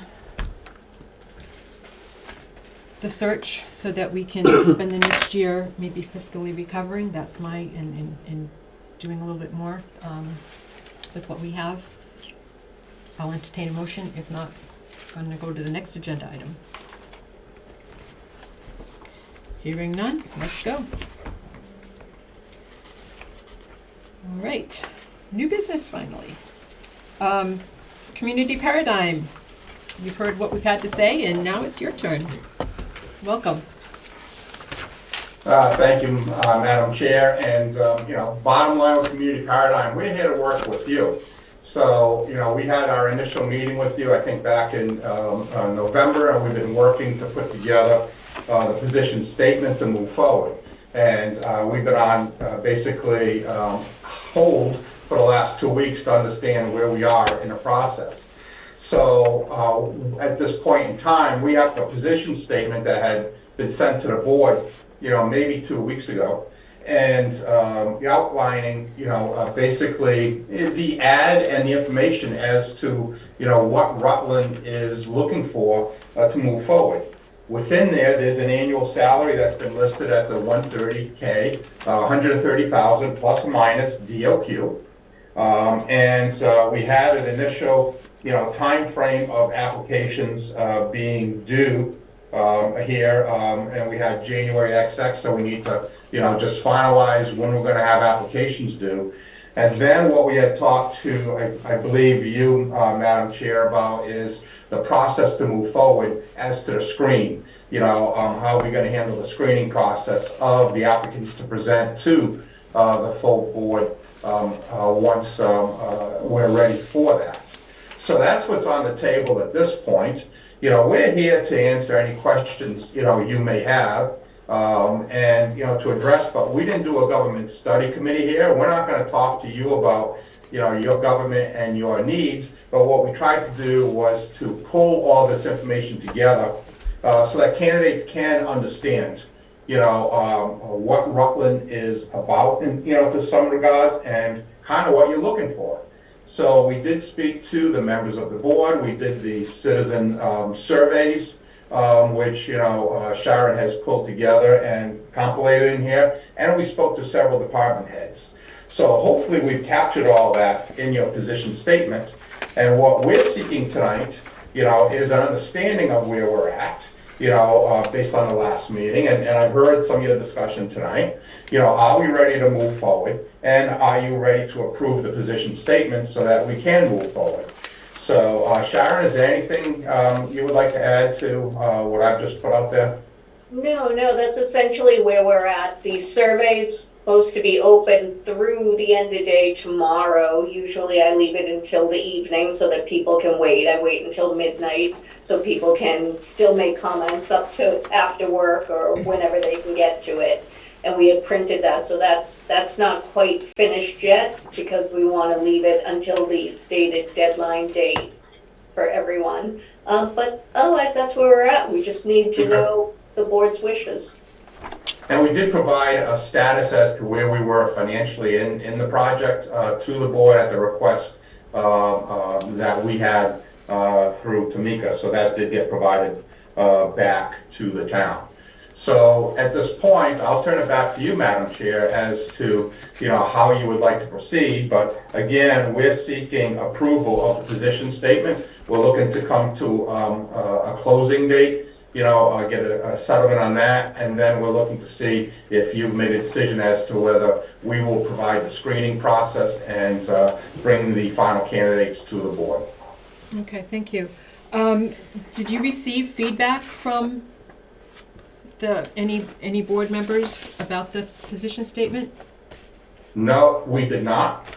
So nothing was received back, and I know there were some comments at the last meeting, and we didn't have any. We weren't part of the conversation with you at the last meeting. So if there are comments, we'd like to address those so that we can finalize this position statement. Okay, so I would ask the board. You've had a couple of weeks to look at it. Please forward. Do you want them to go to Sharon or to you, John? Both of us, if that's fine, or one of us. We'll coordinate amongst ourselves. Okay. And I'm going to ask you to do it by tomorrow, so that we can get that done. If you need an extension, I think 24 hours would be okay. But other than that, but John, I want to look at it before it goes public. Yeah, so that would be my next question is, now that we potentially may make some changes to this, are you going to be the final approver, of the document? If this board is comfortable with me taking a final look, but I want to make sure that everybody has submitted their, and if you want to copy me, if you're comfortable copying me, so I can just double check that everything that you've wanted edited, has made it the final draft, but that's completely up to the board members, and you can make that individual determination on your own. But I just want to look at it, make sure that everything has been caught. So there's the draft of the position statement. The salary, you've heard what we had to say tonight. I don't know that we can go any lower than 130. I mean, our budget is 129 for this year. So it's not that far off. It does say plus or minus depending on qualifications. Regarding a screening committee, is that the correct term, John? Correct. Okay, so the screening committee, there are two options. I did ask John if there was a hybrid option, and maybe to refresh your memory, either we do the screening as a board, or Community Paradigm does the screening as a board. I had asked if he'd ever done anything as a hybrid, where they have people in maybe a couple of select board members, or anybody else from town. They do not do that, so we have the two options. So we do need to decide as a board whether we do the screening or whether and that's not the final interviews. They And do all just the screenings as a and note, come with 3 Madam or 4. Chair, if I may, the board can't screen. You can set up a screening committee with, a member of the board on it, but the majority of the board cannot screen Thank you. the candidates. Thank you. Yeah, that I just wanted to obviously. clarify that. Obviously, thank you. I'm sorry. Yeah, I don't know that any of us are qualified for that, but So I am Right. comfortable having, I think both previous times with search committees, the search committees have brought forward they've done the screening and brought forward before the entire board, the top 3 or 4. Margaret, we did our own. Oh, did you? We did our own, and Margaret, had our own team. And then they picked out of whatever group, I think it was 5 or 6 or 7, and they brought 3 forward. So the town did it themselves that time.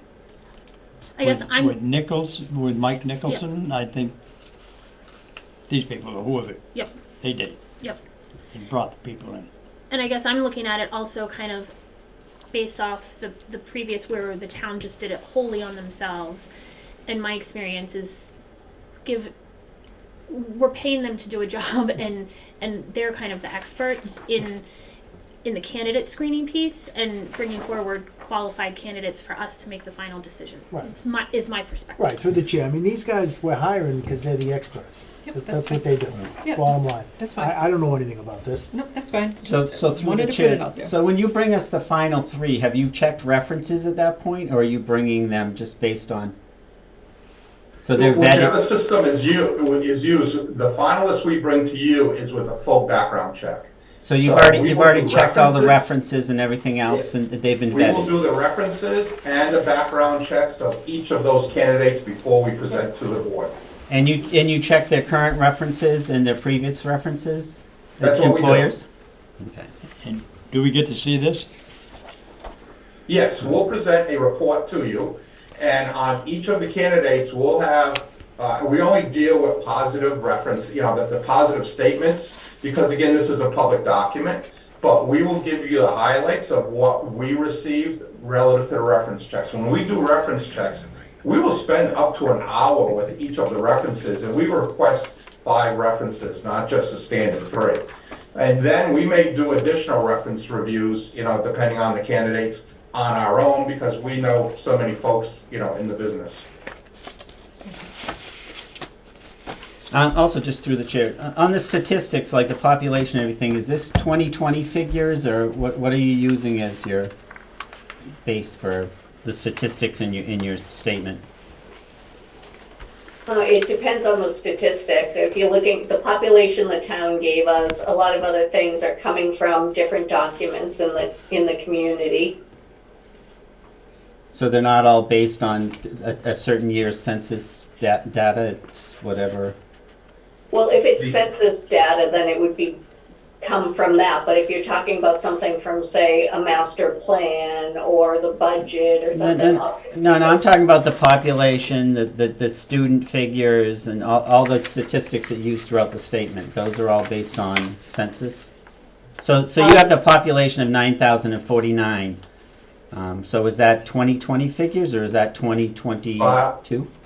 That might be That was provided by staff. Remember, Sharon, staff came back with a new number. So we're using the number that was provided by staff on that one. right. I'm happy to use the 2020. I don't know if you have the version 1 or version 2 Version in 2. front of you. Oh. 'Cause the Well, version I have the is one that you sent the 963. board. Yeah. So I guess the board didn't get the revised one. 'cause I did. It's on the shared drive. There was only two Oh. minor changes. It was a population number. The population in final version 9636. Yeah, Correct. 9636. Okay. Okay, I thank thought it you. was wrong. That was the only change in version 2. That and a picture.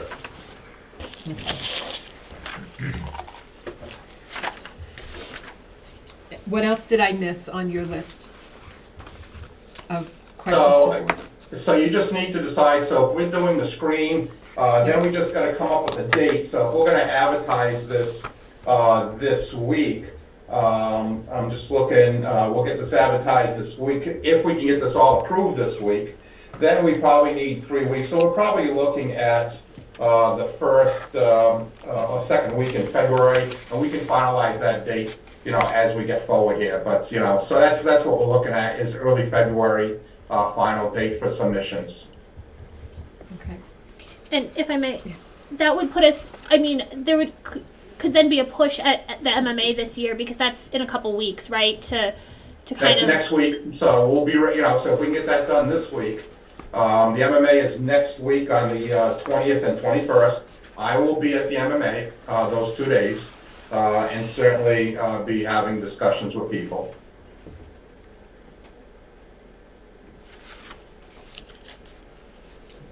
So the other question was, I don't know that, I know that we're not clear, maybe it's just me, about coming to a consensus about what we're looking for in a town administrator. I don't know if you've compiled that by speaking with the individual board members. Should we be expecting some type of consolidated feedback that you had with the department heads? You've done the survey. Is that something, I mean, I don't know, we don't have a complete picture to say this is what we want in a town administrator if we don't have all the parts.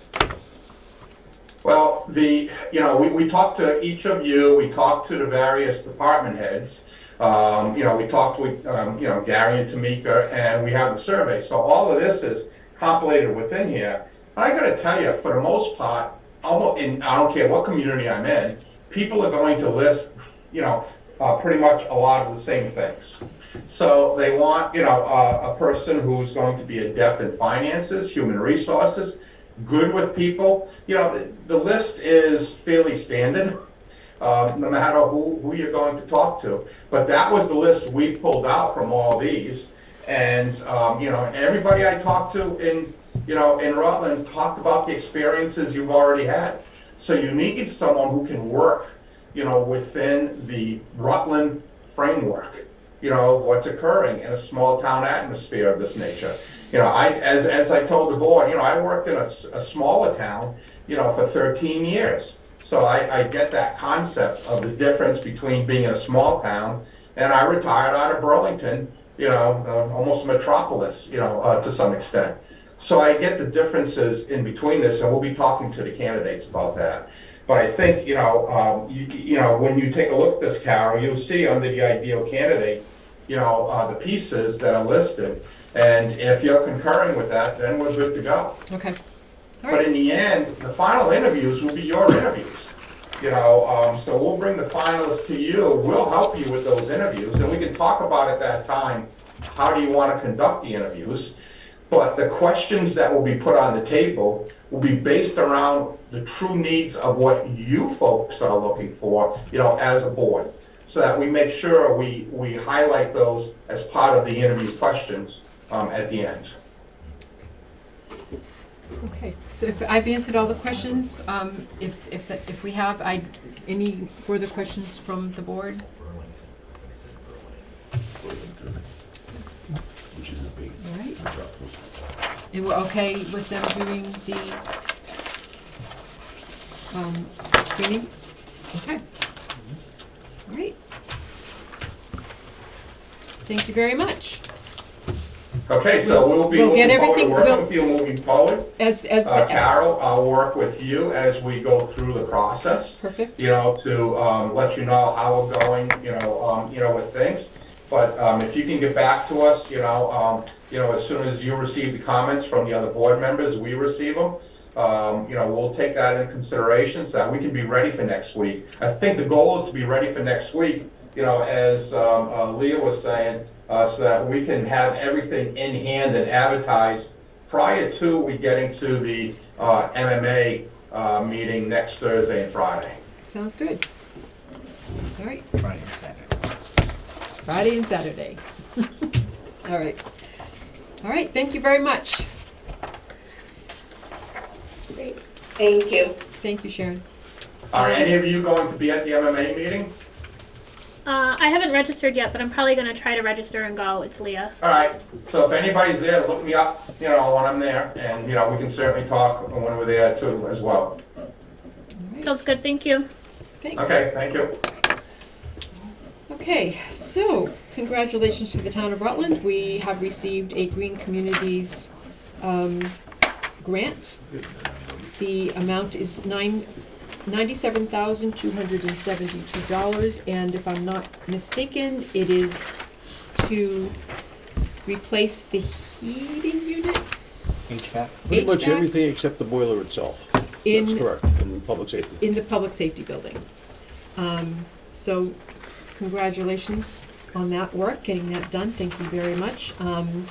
We do need, I'll mention the next one and we can decide whether we need to take these separately to accept the grants or not.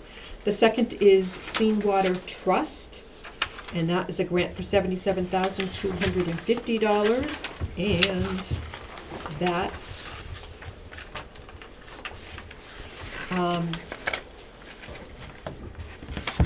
the town of Rutland seeks to continue its asset management planning efforts in water, wastewater, and stormwater. The project's objectives are to store and organize the existing information in a way that can be accessed and updated electronically in the field, capture institutional knowledge.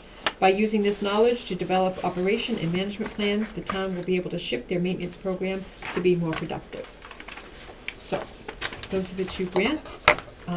That was also put through the chair, that was also put through Mr. Buckley, Department of Public Works, so thank you, Mr. Buckley, for walking that one through. Thank you, thank you. So, a motion to either accept the both of these together, or do we need to accept them separately? Okay. Motion to accept both. Second. With Any- much appreciation to everyone. Any questions or discussion?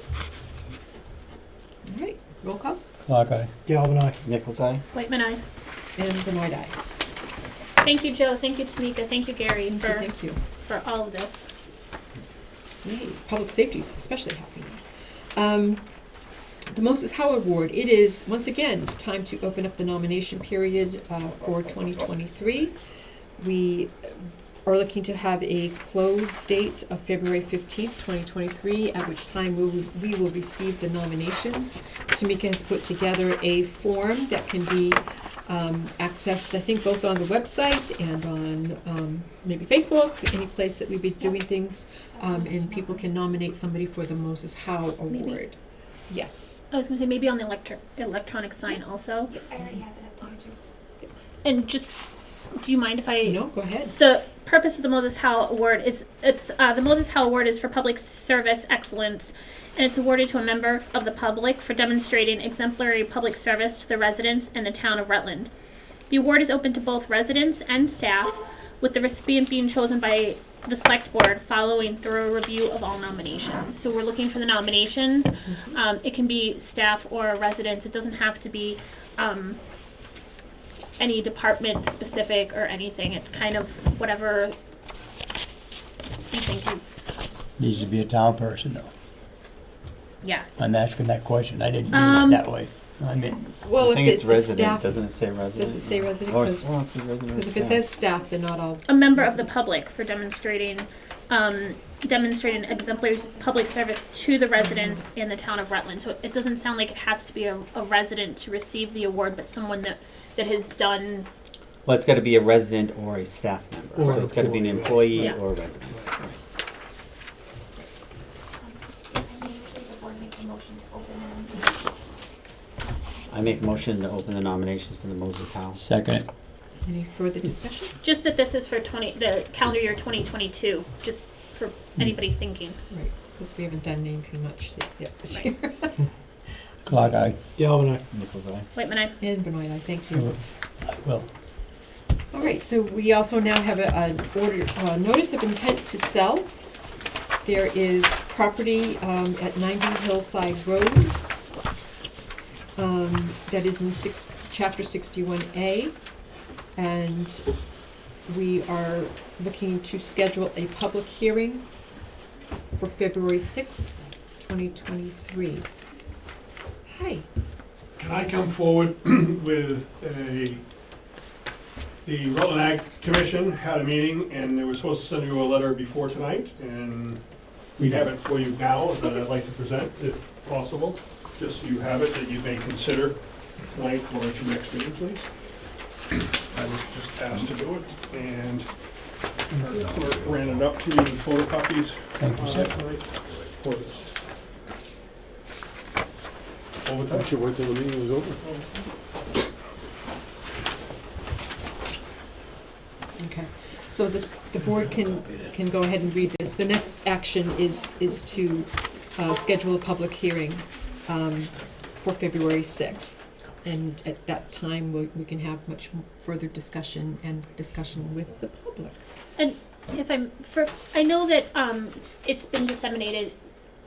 It's followed the appropriate process as far as the required boards and commissions have received documentation, but have we disseminated also, I think out of courtesy, we've disseminated in the past to AgCom as well as, I think at times it's been RDIC, not as Heights property, but as industrial development property.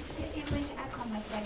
Okay, but so it's been, and we can make sure that we'll have feedback from the boards and commissions also. Mm-hmm. Yeah, the intention was to have that for the public hearing. Okay, I just wanted to make sure, because I know in the past it's kind of been loopholes as far as like, well, we didn't know we needed to provide feedback or whatever. And I don't know if there's value, since economic development is a new commission, if there's value in our policies extending these notice of intents to RDIC and or economic development, as far as if there could be an economic interest above and beyond.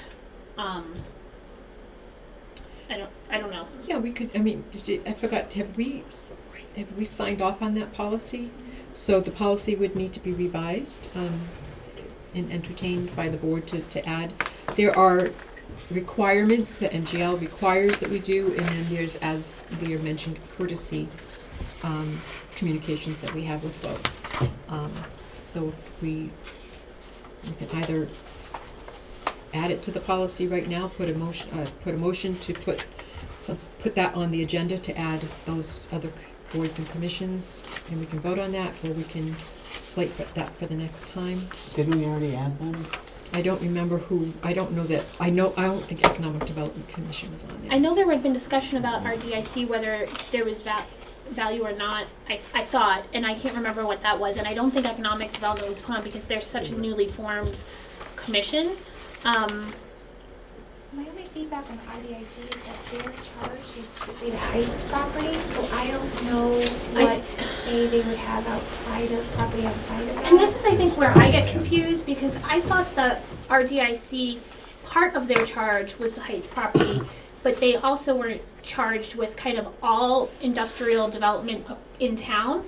And I know that there was conversation with the creation and onboarding of the Economic Development Commission, how that was going to work with RDIC, and I don't remember what the outcome of that was, but I know, like, they also manage, for example, RDIC in the past, and I think still does, manage the cell phone contract on the industrial parcel on 68, that generates a little bit of revenue for the town. So My only feedback on that is that this is a residential area, so there would be limitations as to what somebody could do commercially or industrially over there. Yeah. So I don't know, you know, we can certainly disseminate it to them, but I don't know that there would be an avenue for somebody to do maybe some of the things they would want to do, if that makes sense. And I guess I look at it more. There's an existing property there, like there's a structure there. Right. And I'm not looking at this specific parcel. I guess I mean it's before this specific parcel is before us, but I'm also thinking more broadly: is there value into revisiting the policy and disseminating to those, because maybe they can have a conversation that planning hasn't thought about, or we haven't thought about, or that AgCom hasn't thought about, or conservation, or just that include them in the brainstorming process. And although they're not able to make an official say that they might be able to add value, either historical input or ideas as far as potential. We can certainly, I think there's a little bit of work to be done, so I don't think tonight's gonna happen with making a change to the policy, but let's dig out the policy again and look and see who's on it, and then we can put it on the agenda. All right. Any motion for this, or would just this announcement? Yep. All right. Blue Sox. They've been doing great things already. They've been seen around town. When the meeting happened with the Woo Sox, we were offered a takeover. What is it called? Take over the night. Take over the night. So it will be Rutland Day on July 27th. I remembered. And it will be Rutland Night. And what we did is Topeka put together a form that hopefully a lot of people saw on Facebook and the website and whatnot. And they got to nominate a nonprofit in Rutland to win to be the nonprofit that was recognized, because that's also part of takeover night, that the town gets to nominate a nonprofit, and part of the proceeds go to that nonprofit. So there were many, but we're happy to announce that Hope Lives Here won by a landslide. And we have the statistics to show it if anybody wants to look. There was on the web. It's in the meeting pack. Yeah, I just saw it and now I just decided to see it. But it's colorful. Yeah. So we had 1,394 responses, and quite a few. I didn't know about all the nonprofits that were there, so we're going to let Hope Lives Here know, and I hope everybody will come out on July 27th to our first annual. Let's just say that first annual takeover night for Rutland. So. Thank you, Tamika, for organizing that. And I think she had fun. And congratulations. And congratulations to I saw the number, I check every day, and how many people responded. I was just really excited that many people cared to participate, and there were folks that gave me the names of nonprofits, like, hey, you forgot to add this one, I add it, and and we made sure we kept it up there for enough time that the new ones, people had a chance to vote on them too, and so I was really glad that people participated, so the community felt like they were involved. Thank you. So we know we can get decent participation. Yes. On other things. It's possible. It is. The next is we have received a gift from the Devereux Foundation to the police department in the amount of $42,000. Is there somebody here? I know. Is there somebody from Devereux to present it? Who's Remy Erickson? Remy They Emerson. presented it at the thank you breakfast at Devereux Oh, that they okay, held so for sorry. public safety. Yes. Okay. Yeah. And or Nick sometimes does this. So Devereux is pleased to present a gift of $42,000 to the town of Rutland. We would like to designate this gift toward funding for the police department, with the funds to be expended by and at the discretion of the chief of police. As a nonprofit agency, Devereux is proud to make to be able to make a gift to the town as we have done on an annual basis for many years. While we cannot guarantee the specific amount we can offer each year, we attempt to be as generous as possible. Devereux greatly appreciates being part of the Rutland community. It is wonderful to have the support of people in various capacities and services to the town. The young people in Devereux's care also greatly enjoy their involvement in the town of Rutland. We hope to be able to share in local events and activities sometime soon. So I will need a motion to Motion to accept. accept the gifts. Any questions or any? Clock eye. Galvin, aye. Nichols Eye with appreciation. Whiteman, I with much appreciation. And Benoit with Oh, very you're much such a much appreciation as well. Thank you. If I could through the chair? Yes. I'd certainly like to thank Chief Monaco for his work at Devereux. Oh, yeah. As I, actually to go back, because I failed to, I failed to give credit where credit is due, and I did mention Mr. Buckley for the Clean Water Trust, but I also wanted to mention Chief Knipe for his work for the grant for the green community, because we worked together on that one, so I just don't want to fail to mention them. Thank you very much. All right. Next new order of business, town council. I know there's been talk in the past, and this is the time to start thinking about it as we're heading into looking at the budget, possibly looking at a RFP for a different law firm for the fiscal year 2024. You need a motion to have it put out, or can we just say, can we put it out? Why don't we just put it out, or do you want a motion? I'd like the board to be okay with this. I don't know how much we want to get into things, but Don't want to get into it, but I would like to make the motion to that we put an RFP out for other legal services. and Tamika has been doing a little bit of legwork to find out who might be somebody that we will ask if they want to do an RFP with us. So there's a motion on. Second. Okay. Any further discussion about this? Yes. Something else that you should have received from the Ag Commission. The Ag Commission has had some concerns with the knowledge of the current law firm you have had. I've had conversation with council after town meeting. We had agreed to send a letter that was going to go to Gary, and then she was going to answer some questions on that. I think that should be taken into consideration in the new RFP, where we've had some challenges in the Ag Commission's eyes with 61A processes of do's and don'ts to get it out with. We're not necessarily saying they did it wrong, but there may have been some question there that could have been a different answer if a question was asked differently. I'd like that to be taken under consideration as behalf of the Ag Commission, please. Amen to that. All right. Roll call vote to Okay. put in our Galvin, aye. Nichols Eye. Whiteman, I. and Benoit aye. And that it's not funny, but they will be informed that we're doing this because we're going to have them look at our They'll paperwork. have to and our- review the RFP. So, And the RFP is a request for proposals, so Right, they yeah, could. well, yeah, they can still. they can yeah. still do it. Yeah. Yes. And, I mean, I think the pool of firms with the depth of municipal knowledge is It's a shallow pool.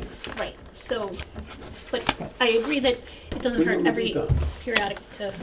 All right. Gary, have you taken this into account, the budget? I have not. They just up their account as far as what we have expended. they've this just current upped their fiscal fees budget. too So, in past year. So as far as anticipated costs for the upcoming fiscal, does have to be adjusted.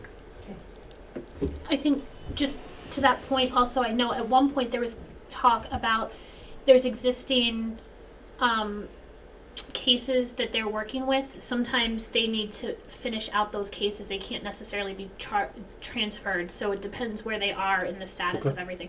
So there may be consulting fees or something on that side. I don't know. okay. But it don't, excuse me, through the chairman, we're not upset with them, we just want to see if there's a better way to do it, right? No, I'll be transparent here. Is we're having a hard time having them get back to us. responses. consistently. Okay.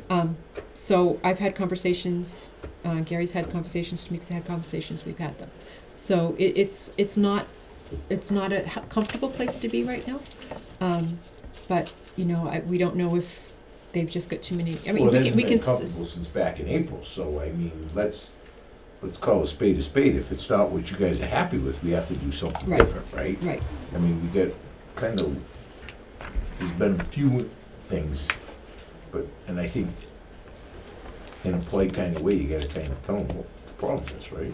Yeah, well, I mean, they're aware, because we've had the conversations and we've spent this time kind of documenting. Are they aware, or are they? like- No, I've had conversations. Okay, 'cause you're kind of nice. Not I even mean, a if I text. call them and tell them I think they aren't doing the right job, it's Well, you know, different. I asked them if we were, you know, too small for them to be bothered with anymore. I don't know. Nope. Is that okay? No, I mean, no, I did I'm ask. just- I asked that, if we're too small, just tell us. 'Cause we need as much attention as anybody else, regardless of the size of us, so, Absolutely. yeah. So they, like I said, they're aware. I mean, that we're I not guess where happy. I'm going with this is take the gloves off a little bit. Thank you. I'll meet you outside. No, but I mean, but you can't. No, mean, no, it's there was a no. contract that the town has to, you have to have the right thing. Right, And there's you a lot can't- of things that are time unfortunately, sensitive. can't be nice about it, right? No, there's nice. Contractual. All right, I think the last item on our agenda is exit interviews. We have not for a while, I'm not saying that individual departments have not conducted exit interviews, but we also are allowed, as not us, but the town administrator's office is allowed and has been authorized by this board at some point to do exit interviews. We're not privy to any that have been done, and I've never known one to be done by the town administrator. If they have, again, it wasn't relayed to us. Regardless, Tamika has come up with a exit interview so that we can standardize the questions, and we're going to make sure that this is implemented. Gary did review the personnel policy that handles or speaks to this, and something that the employee should be expecting when they leave. So I don't know if people have had the time to look at exit interview. I had a couple of things, just instead of organization, the town of Rutland, just to personalize it for us. So I will send you those kind of, I've made some changes like that, so I'll send that to you. But if anybody else, again, please in a timely manner, because we want to start implementing this as soon as we can get sign off on this. Yes, ma'am. Are they mandatory? They're mandatory to be asked to. I don't think that we can make them mandatory. Okay. But we will be asking everybody to participate. Perfect.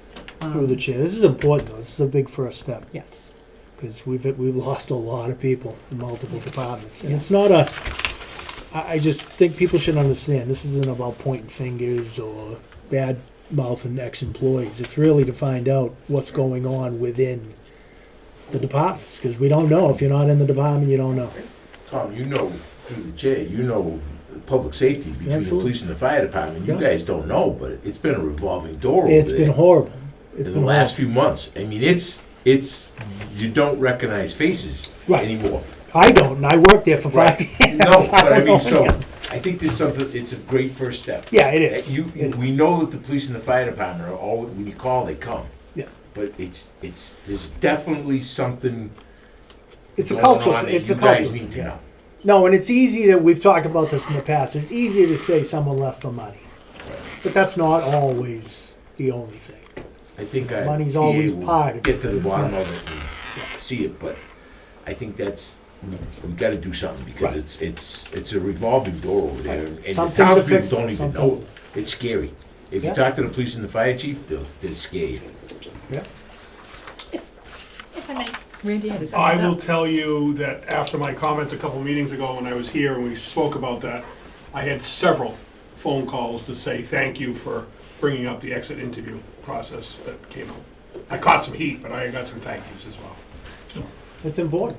Do you envision the employees like hand filling this out and then having a conversation, or is it the conversation and these are kind of the scripts that would be asked? I see it as kind of both. Give it to the employee ahead of time, and some might just want to fill out the form and say, Right. that's what you're going to get from me. But to use this as a conversation, to see if there's places to dig a little deeper. So I think the option would be up to the employee, whether they want to have an in-person discussion or just a written or both. But we decided we're gonna go back like a year, right, to just try to catch As many people. and it's voluntary. I mean, we're just gonna reach out, and if people want to, they will. If they don't, Well, to maybe a little bit with Karen's point, it isn't mandatory, but I'm wondering if we should implement as part of the exit interview that you've denied an exit interview, just so that we have record that it was, when we go back a year, That was if offered. somebody else goes back, on us in 5 years, oh yeah, they were. So it's just a That's checklist. what we do, Just- that's what we do at our company. Yeah. It's at least, it's documented in an email, Yeah. and that's how it's all done, Yeah, and that way it's signed in the file, so that someone can say, we did conduct it, unfortunately, the employee said no. Perfect, thank you for the, If I may, through the chair? yes. And to your point, Lyndon, this is actually a form that we've had, and we have looked back in the files, and I have seen a couple of exit interviews that have been done, a couple by Mr. San Angelo, as a matter of fact. It does state in the personnel policy that it's the responsibility of the office of the town administrator to give exit interviews, and I have started the process through the treasurer's office to go back 12 months to get the names, addresses, and contact information of all those who left. So as soon as I get the budget done, or maybe before, I'll reach out to those people and make that happen. Concentrate on the budget. He said you got time. No, it's not Gary's fault. You heard him. They got time. So you got next It week. depends on who you talk to on the finance committee. We have people that wanted it done in November. So, do we have to implement this policy? There's no reason why it can't just start working. It is already, so, It's already there. and this is the form you said that was used? Yes, so I looked back and I found the form that they had been using as far back as Margaret, and so I literally just retyped the form that they Okay. already used. So this is not new information, and I did find evidence that they did it both ways, where there was a couple where the applicant, or the employee rather, filled it out themselves, and then there was another one where she did a telephone interview and she wrote the answers down for them. So there was both there. So I So, appreciate that, because I think there's that, depending on the position in person, there may be, I think that will be first. Absolutely. Thank you. So you just need to know essentially if the board is comfortable with continuing with this form as it is. I think I was looking at another form. So many forms. motion to adjourn. Second. Clock eye. Galvin, aye. Nichols, aye. Never mind. You got separating from